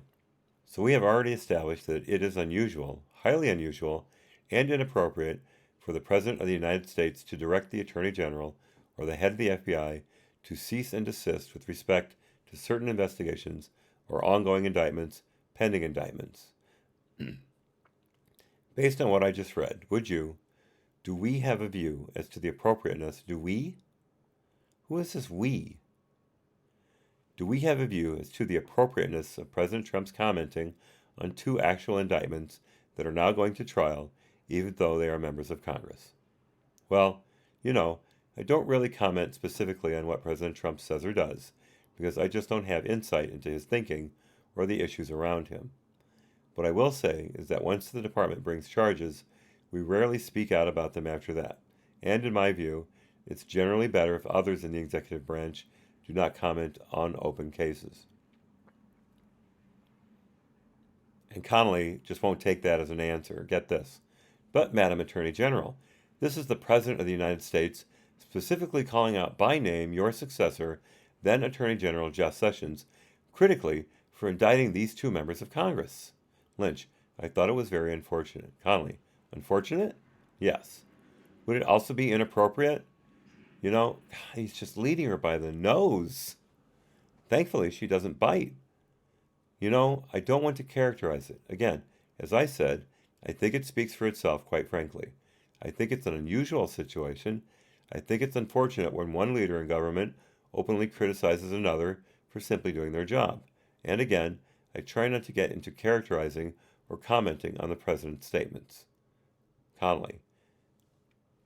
In January of this year, the New York Times reported that President Trump directed the White House counsel, Don McGahn, to stop the Attorney General from recusing himself in the ongoing Russian investigation. Okay, oh yeah, to stop the recusal. I got it. Can you stop a recusal? Don't you reverse it? Would that be an unusual activity? I mean, would that have been unusual activity for a president of the United States to tell you to not recuse yourself if, in fact, the ethics folks at the Department of Justice told you you had to? Did they tell him he had to? Was Jeff Sessions told by the Justice Department that he had to recuse himself from the Russia situation? I'm gonna look that up. Let me mark my spot here.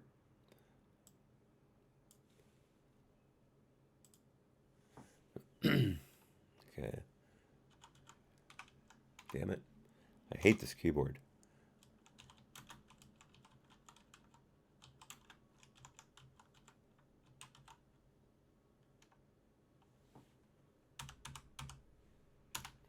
Let's look at his statement. Okay.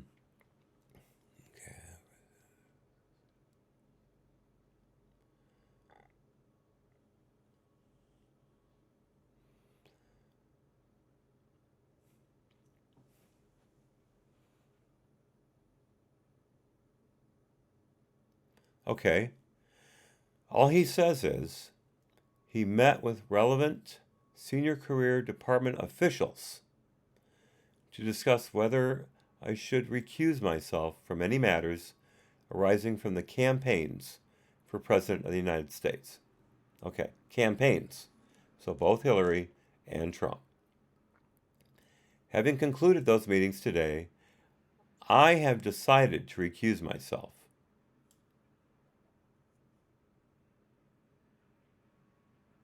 I have decided to recuse myself.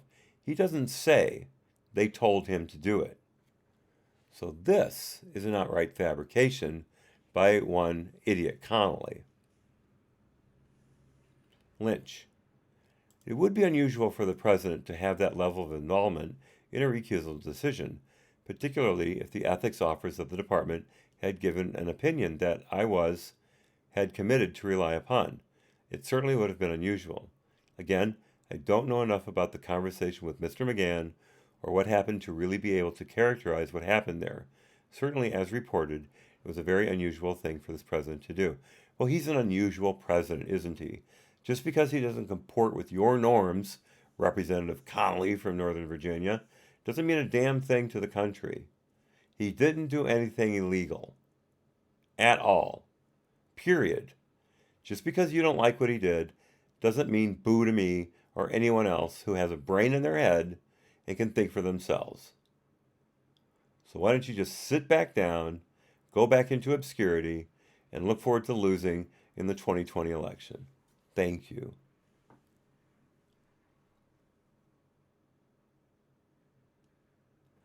Connolly.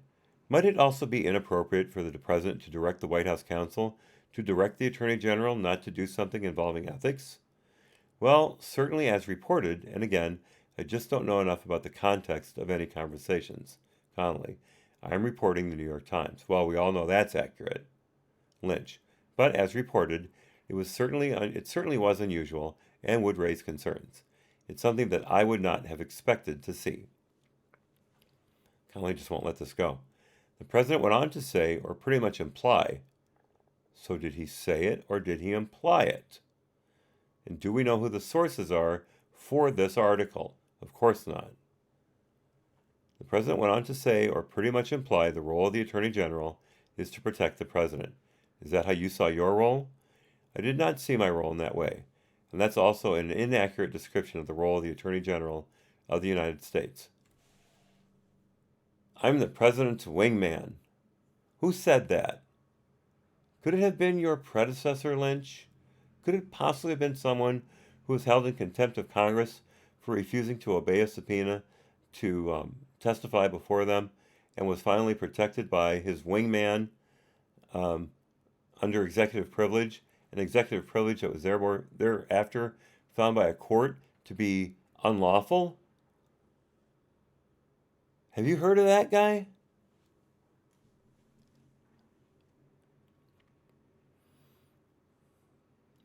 Connolly, I thank you.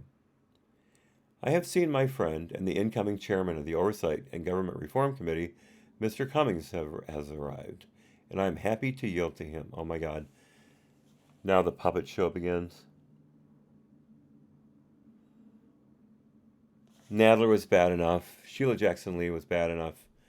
Cummings is an idiot, Connolly is an idiot, but Cummings is a summation of all of those. I may have to do some dramatic reading here. Cummings. Thank you very much, Mr. Connolly. Good afternoon. The FBI and the Department of Justice have been accused of conducting investigations driven by political bias instead of just the facts and rule of law. During your tenure as Attorney General, were you aware of any FBI investigations motivated by political bias? Absolutely not. I'm glad these questions haven't been asked before. Oh, wait. Cummings. And were you aware of any Justice Department, investigations motivated by anything other than, any investigations by political bias? Oh my God. He just asked her if she was aware of any Justice Department investigations motivated by anything other than political bias. And she says absolutely not.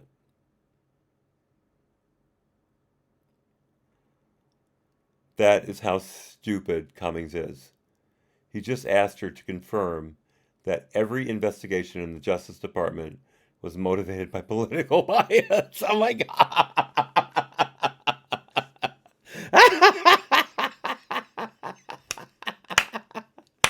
Oh my God.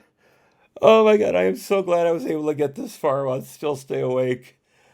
Oh my God. Thank you, Mr. Cummings, for making my day. You are such an intractable moron. Oh my God. Okay, I got to get my breath back. Oh man, I got to take a drink. Wow. That was almost worth the kitty crashing the computer. Cummings. On May 22nd, 2018, Republican members of Congress introduced House Resolution 907, called it at the very beginning, requesting that the Attorney General appoint a second special counsel to investigate misconduct at the DOJ and the FBI. It's ongoing now, sweetheart. It's ongoing now. That resolution alleged, and I quote, "Whereas there is an urgent need for the appointment of a second special counsel in light of evidence that raises critical concerns about decisions, activities, and inherent bias displayed at the highest levels of the Department of Justice and the Federal Bureau of Investigation regarding FISA abuse, how and why the Hillary Clinton email probe ended, and how and why the Donald Trump Russia probe began." Unquote. Now, of course, they introduced this resolution with Jeff Sessions as the Attorney General. There was no way he was going to go near this. So this was an empty gesture. But it's given the Democrats something to eat out on for decades. It's a very thin meal, very thin gruel, as some people would say, but it's what they got. Do you think that there was an inherent bias at the highest levels of DOJ and the FBI regarding FISA abuse? Lynch. I have not seen bias at any level of the department, including the FBI, involving the FISA process. It is actually a somewhat cumbersome process and many layers of review, and it is totally fact-based. She can really crack the jokes. Cummings. Are you aware of any evidence of inherent bias displayed at the highest levels of DOJ regarding how and why the Hillary Clinton email probe ended? Absolutely not. God, these are all asked and answered. Are you aware of any evidence of inherent bias displayed at the highest levels of the DOJ against Donald Trump as part of the Trump-Russia investigation? No, I'm not. Are you aware of any actions? She interrupts, but I don't have the insight. Cummins, I'm sorry, were you? I'm sorry. Lynch, I'm sorry. I was going to say, I don't want to go into what the special counsel is looking into. I don't have insight into further aspects of that, but certainly I have never seen political bias impact any of those matters. Cummins, are you aware of any action ever taken to damage the Trump campaign at the highest levels of the Department of Justice? No, absolutely not. Highest levels? Highest levels. Okay. So it could have been someone like George Toscas or Andrew McCabe or James Rubicki. Cummins, are you aware of any actions ever taken to personally target Donald Trump at the highest levels of the Department of Justice? No, I'm not. At a campaign rally in August, President Trump said, and I quote, "Our Justice Department and our FBI have to start doing their jobs and doing it right and doing it now because people are angry. People are angry." End of quote. At another rally in September, the president said, and I quote, "Look at what is being exposed at the Department of Justice and the FBI. You have some real bad ones. You see what's happening at the FBI? They're all gone, but there's a lingering stench, and we are going to get rid of that too." End of quote. Do you agree with the president's characterization that the DOJ and the FBI are not doing their jobs? No, I do not. Well, that depends on what their jobs are, don't you? Don't you think? I mean, if their jobs are to protect the country, then maybe people about 3 steps up from GS-14, from GS-12 are doing their jobs. At that level. Maybe GS-12 is doing their jobs. But SES personnel have been lying, cheating, and stealing information for years, and you know it. So don't give me that. Cummins, one of the people who has gone now from the department is former FBI Director James Comey. I understand you may not agree with every decision the director made, but in general, what is your view of Director Comey's integrity and credibility? Well, I have actually known the former director for a number of years. We were both young prosecutors together in New York. We worked together on a case that spanned both of our offices for a time, so I have known him and have always had a positive working relationship with him over the years. He didn't answer the question. Cummins comes back to it. And so what is your view of Director Mueller's credibility and integrity? Lynch. He said Comey first, and she didn't answer that. She said she had a positive relationship with him. She said nothing about his integrity and credibility. Lynch. You could imply it, but not by much. Cummins. So what is your view of Director Mueller's credibility and integrity? Lynch. I have also had occasion to work with Special Counsel Mueller in his time as the Director of the FBI during my tenure as United States Attorney in Brooklyn. I have also had occasion to work with him when he was the United States Attorney in San Francisco and also had some acting positions in the Department of Justice at the very beginning of the Bush administration. And from what I have observed, and I also had occasion to observe the work he did running the Enron investigation, he's one of the highest integrity, the strongest work ethic that many of us have ever seen. He's completely committed to an apolitical review of any matter in front of him.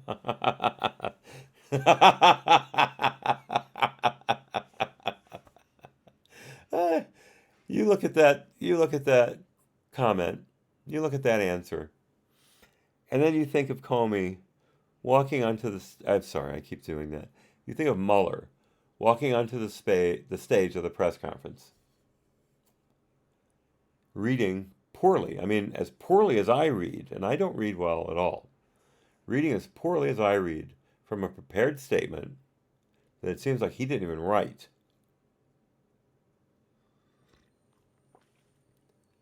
And telling the world that there are other avenues to indict a president other than the way he could have. He said he couldn't, but we all know he could have. And that he lied, that he didn't bring charges because of the off. Oh gosh, who was it? The DOJ memos about indicting a sitting president. He told William Barr, 3 times with witnesses that he did not decline to charge President Trump because of those memos. Barr has testified to that. I do it again. Mueller is a liar. Period. Oh, Laura, I so hope you're right. I so hope you're right. I mean, he should be impeached. He really should. He's completely gone outside of his purview as a congressman, even as a head of a committee. He's broken the law, in my opinion.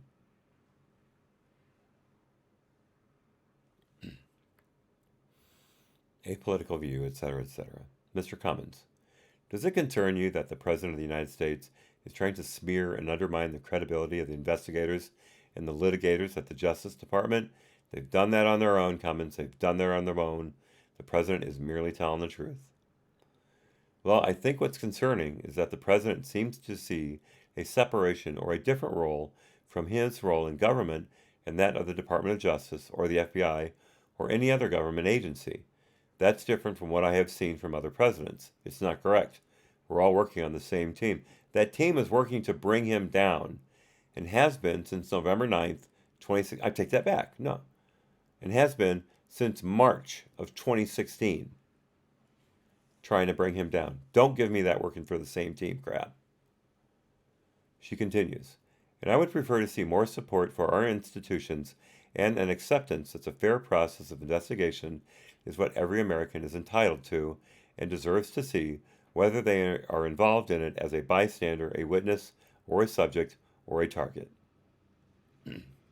That's not what he's seeing. That's not what is being done. Cummins, finally, what impact might the attacks have on the Trump attacks, have on Justice Department overall and the rule of law? So pathetic, so woeful, so pitiful, so deplorable.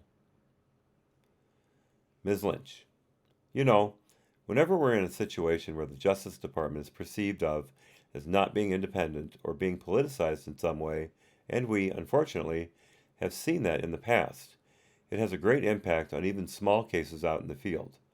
People don't trust what the department has to say. Jurors don't trust that the government is bringing a case before them that's fairly done, that's accurate, that hasn't been somehow tainted in a way. So we see that coming up at times.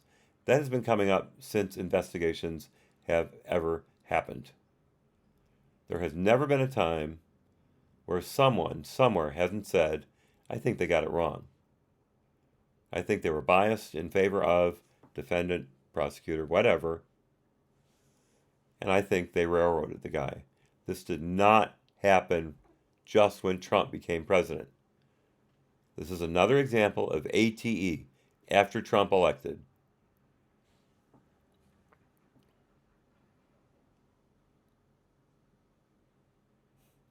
The bench, judges, this is Lynch continuing, sometimes aren't sure whether they can take the Department of Justice at its word when you make a representation before them. People overall feel that when an institution like the Department of Justice, including the FBI, are weakened, that somehow they won't be treated fairly. And when people come before the department, it is often at the most difficult time of their life. Often? They have been victimized in some way, they have been harmed in some way, they have a concern in some way that's totally outside the realm of their experience.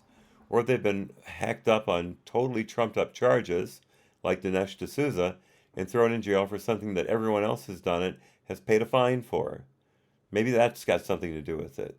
Maybe the fact that two separate people, called in tips about a certain pew-pew actor at a certain place in a certain state called Florida, on a certain holiday that has to do with hearts, maybe if they had followed those leads, they would not have such a bad reputation.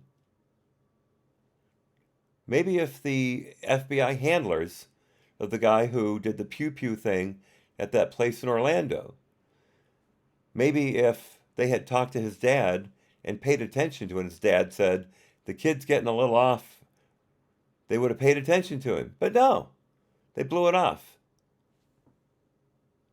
That's your FBI. All the leaks that you were so worried about, that Comey was worried about, that McCabe was performing, that's your FBI. And Laura, you're right. I forget that all the time. People absolutely came out and said, something's going on before 9/11. There's something happening here that we need to look into. And they were shut down. You went out, kitty? You went out? Okay. I got to let one of the cats out. Excuse me just a second. I'll be right back.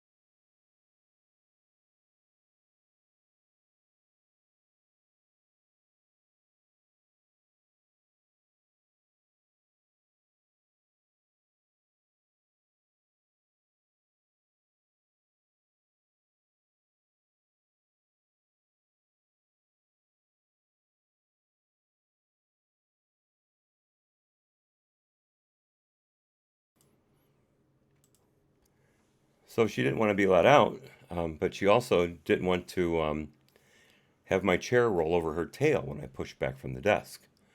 So nobody got what they wanted. She's happy now, so life's good. Okay, back to comedy jokes. That's totally outside the realm of their existence. We're right here. And they come to the department and they trust the people, that people are going to pick up on that matter and look at it fairly, objectively, independently, and say, look, this is what's going on. They may not like the result. I've had a number of cases where I've had to tell people, we're not able to give you what you came in here asking me for, like a reduction in charges. But here's how we made that decision. And when they left my office, they said, I may not agree with you, but I accept what you did because you've been clear and open and transparent with me throughout. Is she insane? You telling me she has had nothing but compliant defendants come through her office and say, hey, you know what? You guys falsely accused me of campaign finance abuse. You guys falsely accused me of insider trading. You falsely accused me of destroying documents that were not under a court order. I'm sorry, you falsely accused me of destroying objects, files that were under a court order when in fact they weren't. So all those people who came through your office said, and I quote, I may not agree with you, but I accept what you did because you've been clear and open and transparent with me throughout. You are the most delusional person I have ever had the courtesy of reading. My God. People have to have that faith that the system will work for them and that it will work equally for them. Cummins. And how does that affect our national security? Oh, give me a break.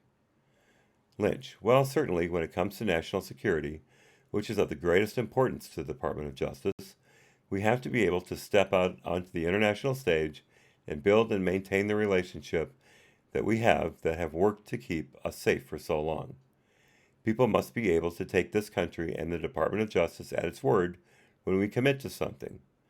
They have to be able to share sensitive information with us, knowing that it won't be compromised, that it will be held safely and security and used appropriately. Obviously, that means securely, not security, and used appropriately.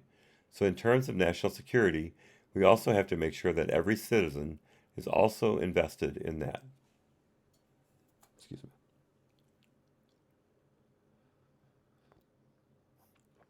Outrage makes me thirsty.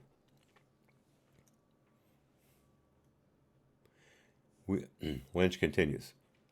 We have seen, sadly, a number of domestic attacks in this country, and one of the things that we spent a great deal of time working on during my tenure at the department, both as Attorney General and United States Attorney, was building strong community connections so that we could effectively work cases within communities that didn't always trust this department, whether it was minority communities within this country, whether it was recent immigrants. That's vitally important as well. By recent immigrants, do you mean illegal immigrants? Do you mean border jumpers? Is that what you're talking about? Because why would a recent immigrant be worried about the DOJ? What could they have done? They just got here. Minority communities. You know who helped to destroy the relationship between the police and minority communities? Democratic governments. Their cities are hellholes, except in very small spots where the ruling class lives. The rest of the city, this goes for San Francisco, Los Angeles, Detroit, Baltimore, Chicago, New Orleans. And don't get me wrong, I love New Orleans. It's one of the best cities I've ever been to. But unless you've got money, you're deep in the hole. And the police department is often, I'm not going to say which city, but is often corrupt. It does not do its job fairly and appropriately. I'm not saying that never happens in Republican cities, but if you want to name a city that has rampant gun crime, horrible poverty levels, and sanctuary sections just for the genteel, you're going to find more Democratic cities than Republican cities. It's guaranteed.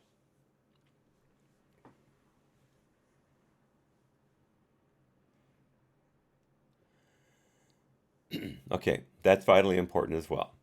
So, it's on the international stage as well as on the literally local stage that we have to have faith in the integrity of these institutions. Cummins. Well, Madam Attorney General, I want to thank you very much. I want to thank you for your service. When you talk about reaching down and touching everybody, who does she think she is, Joe Biden? You certainly have touched the community in Baltimore tremendously. You were there. Thank you. And throughout the country. Yeah, poor Freddie. And throughout the country. And I say to my constituents, we're in a storm right now, but we will get through the storm, not through any help by you.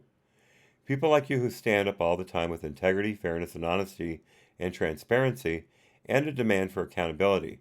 You mean like the way she recused herself? Oh, wait, she didn't. If we could just follow your example, our country would be fine. Well, thank you, sir. Thank you very much. Saxman Grooms, let's go off the record. 2 o'clock. And we're Summers, so that means we are now in with the Republicans. Yes. Let me just make double sure here. Page 102.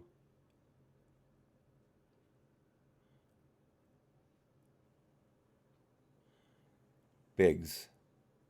I don't know Biggs. Good lad. Yes, okay, right. We're back to the Republicans. Perfect time for a break. I passed my page. 102, 98, 99, 102. Now that worked out well, didn't it? Okay, we are beyond the halfway point for Loretta Lynch.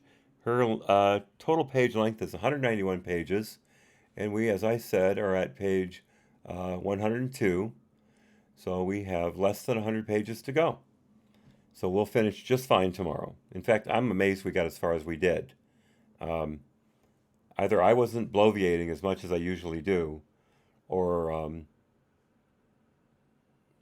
I don't know how. I don't know how. I mean, we had an interruption in transmission because of the cat. I didn't start until 12:30.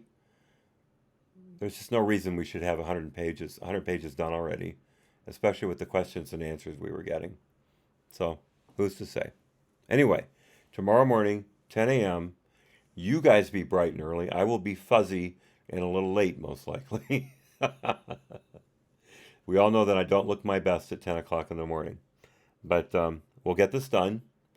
And once we finish with Loretta Lynch, we are done with the latest release of Doug Collins' transcripts. Again, I will be on vacation from Saturday through a week from Monday. We'll be on for that. So basically 2 weekends. Then we'll drive back. So we'll be gone for that length of time. I doubt seriously if the IG report is anywhere near the length of the IG report for the mid-year exam investigation, this one being for the FISA abuse. I doubt seriously it's going to be less than 250 or 300 pages. So I doubt I'll be able to do it on the road after all. I said I might. I doubt I'll be able to. So that's that. But we'll be here tomorrow, 10 o'clock. We'll finish up Loretta Lynch. And then the channel's probably going to be dark until a week from Monday. A week from Tuesday, I should say. Wait, what? It's out? Oh my God. When? Oh my God.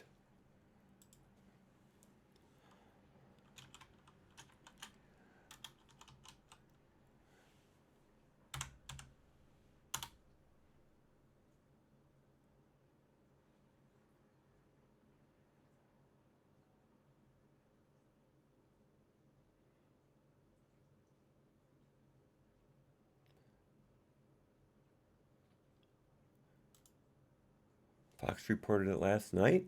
Oh, you know what? After the rally, I didn't watch any news. I was and I was so tired. You guys saw how I was yesterday. I was so tired. I just couldn't wait anymore. I had to go to bed. I think I went to bed at something like I don't even remember now. Let's see. Let's go with Fox. FISA. Oh, here we go. I blew it. Wrong button. Wrong key. Fox breaking news FISA.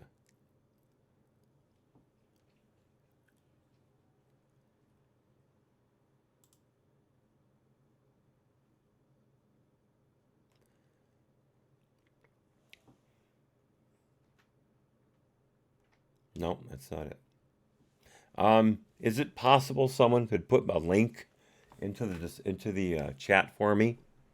Because I'm having a hard time finding it, and I really want to link it. I want to get a link to it as soon as I can, so I can start looking at it a little bit.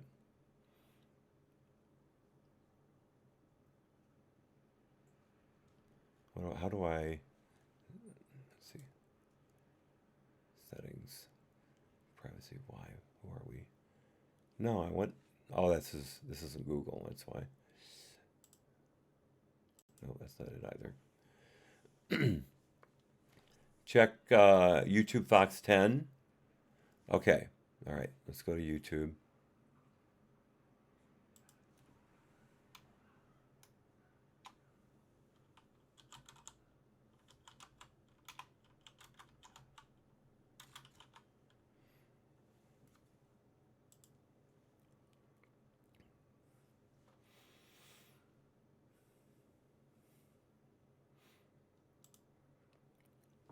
Is everybody in Phoenix? This is insane. Ray's in Phoenix. Oh boy, everything happens in Phoenix. This is insane. Um, let's see.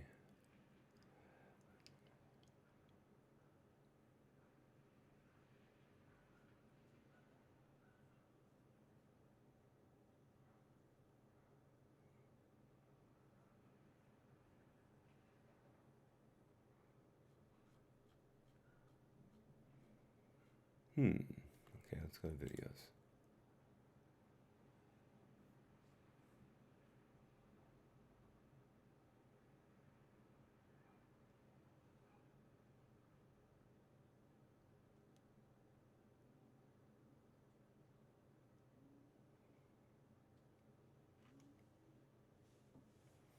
I'm just not seeing it. Let me search let me search a little more generally.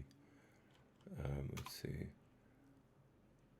IG FISA report released.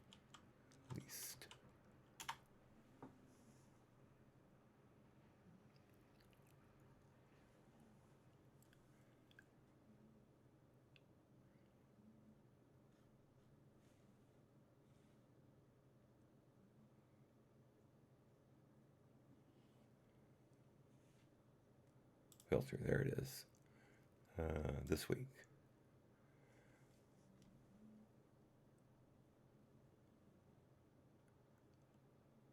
Aha!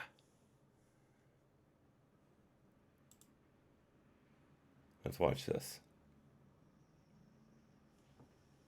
Tell me if the It is not audio about is the too money, loud. but the Okay, financial we're skipping freedom this ad. that the money provides. Hey guys and gals, on I hate these ads. Ladies and gentlemen, it is almost certain that that William Barr has the Inspector General report. Sean Hannity, sources say DOJ Inspector General resolved. Okay, an issue with the Carter Page application. And then it goes on to say, from my understanding, well, this is a Hannity quote, from my understanding, my sources is Inspector General Horowitz is probably likely done. Hannity said, adding, quote, I've had some people suggesting strongly they believe that the Attorney General already has the Inspector General's report.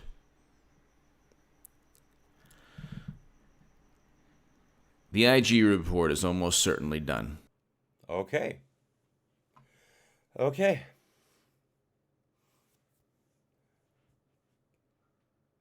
Okay. Let me try that then. In DuckDuckGo again. Yeah, HA has his moments. I was worried when I didn't see a link to that report in his description. That always makes me queasy. And I'm sorry, I know that word was just used in that section there, but it gets stuck in my head. Okay, so let's see. Breaking. Oops. DOJ.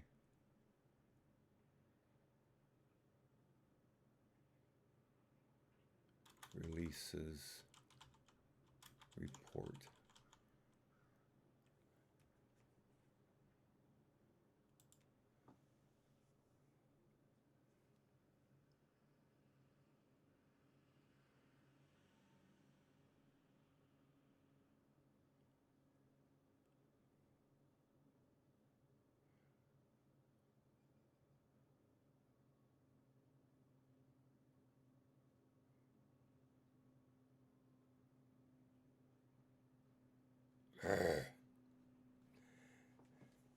Okay, let's see.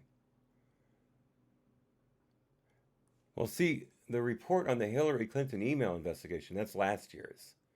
That's the IG report on mid-year exam. You said it was there?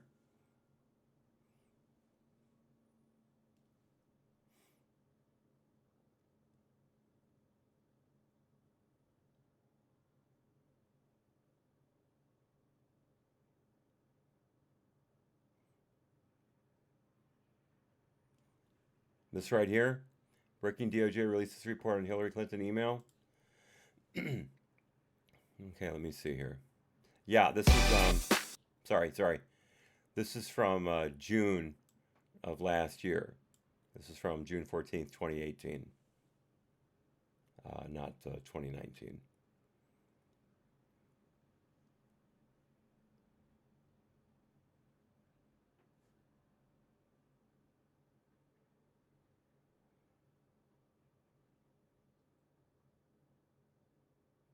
See, I was referring to the FISA IG report that we're expecting, not the Hillary Clinton email scandal, the mid-year exam, because I read that into the record on my Guerrilla News channel last year, straight through with 5-minute breaks. It took me about 25 hours. It's a pathetic piece of work. It really is a pathetic piece of work, but I did it. Someday, if I'm ever jazzed up on crank, I'll do it again. No, that's fine, Laura. That's fine. That's why we have the back and forth. So I don't have a problem with it at all. I appreciate your looking out for the channel. It's really kind of you. Not everybody would go to that effort.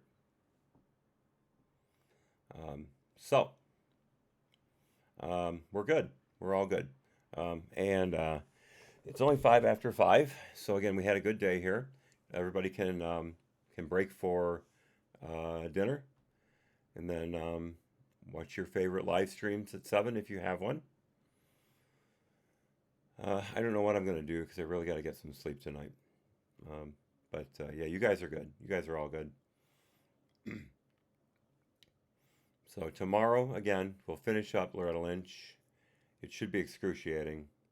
But thankfully, the Democrats, I'm positive, will not take all their time, because there's still 100 pages to go, and well, actually, I have to take that back. If it took 100 pages to get through the Republicans and the Democrats once, then it could well take 100 pages to get through both of them again. There is a chance that the Democrats quit early. There is a chance.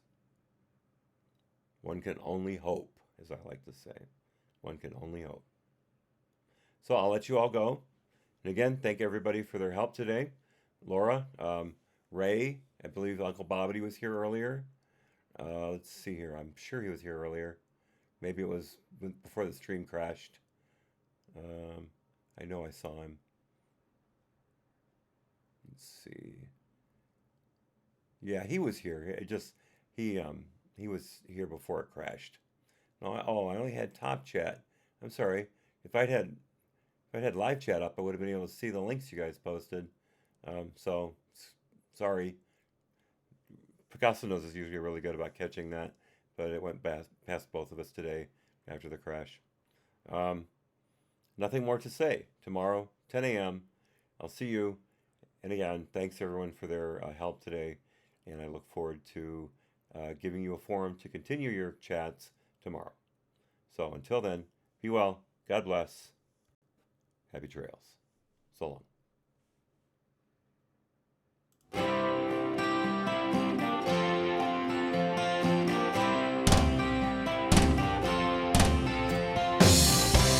I hope I learned something. I hope I learned something. I hope I learned something from the stormy seas,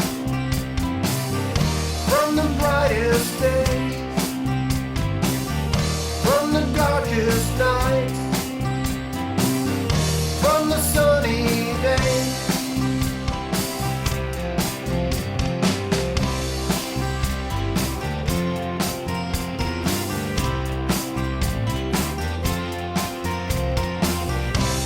I hope you learned something. I hope you learned something. I hope you learned something from the stormy seas, from the brightest days, from the darkest nights, from the sunny